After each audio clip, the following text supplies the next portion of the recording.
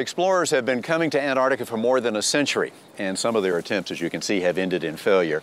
But despite their successes, little is known about life down here, and even less is known about what lives beneath the water. But that's where we're going now, for a first-hand look. Let's clear up one big question right off the bat. The answer is yes, it's cold.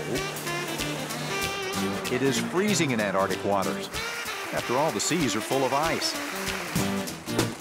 That's why marine biologist David Cothran and I are wearing dry suits on top of our thick, long underwear. Fully loaded, we're each encased in about 150 pounds of gear.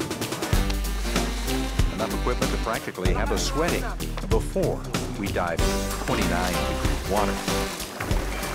I guess it's now or never.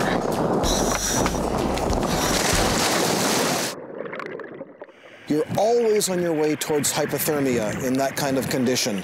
And a really good dry suit won't keep you warm. It will keep you alive for an hour or so, but it won't keep you warm.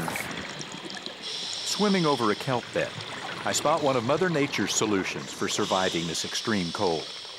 These little fish, called borks, are equipped with a special glycoprotein. They're one of the fish that's famous for having antifreeze in their blood. They actually manufacture a chemical in their liver that prevents the formation of ice crystals in their blood. Surprisingly, perhaps to us warm-blooded creatures, there is an abundance and visually fascinating variety of life that has adapted to these frigid conditions. Creatures like the crinoid or feather star are almost hypnotic as they swim, engaging all 20 arms in a slow-motion wave. About half of Antarctic species are found nowhere else on Earth. Researchers for the Census of Marine Life have just announced what they call a startling discovery, that the polar oceans of the Arctic and Antarctic, despite being almost 7,000 miles apart, share at least 235 species. One of those being this little winged snail-like petterpod. Of course, Antarctica is most famous for its marine creatures that spend part of their time on the surface, like penguins and seals. If some of these animals decide to join you for a swim, then it's a special treat that only enhances your experience.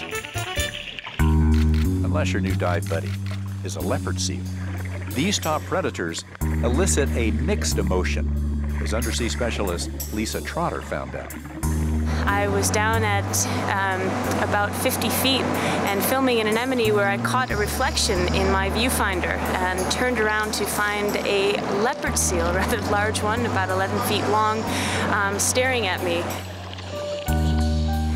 Sometimes these leopard seals, they come and they just take a look at you and they go away. This one was particularly curious and followed me all the way up from 50 feet up to the surface, lunging just as I was getting out of the water.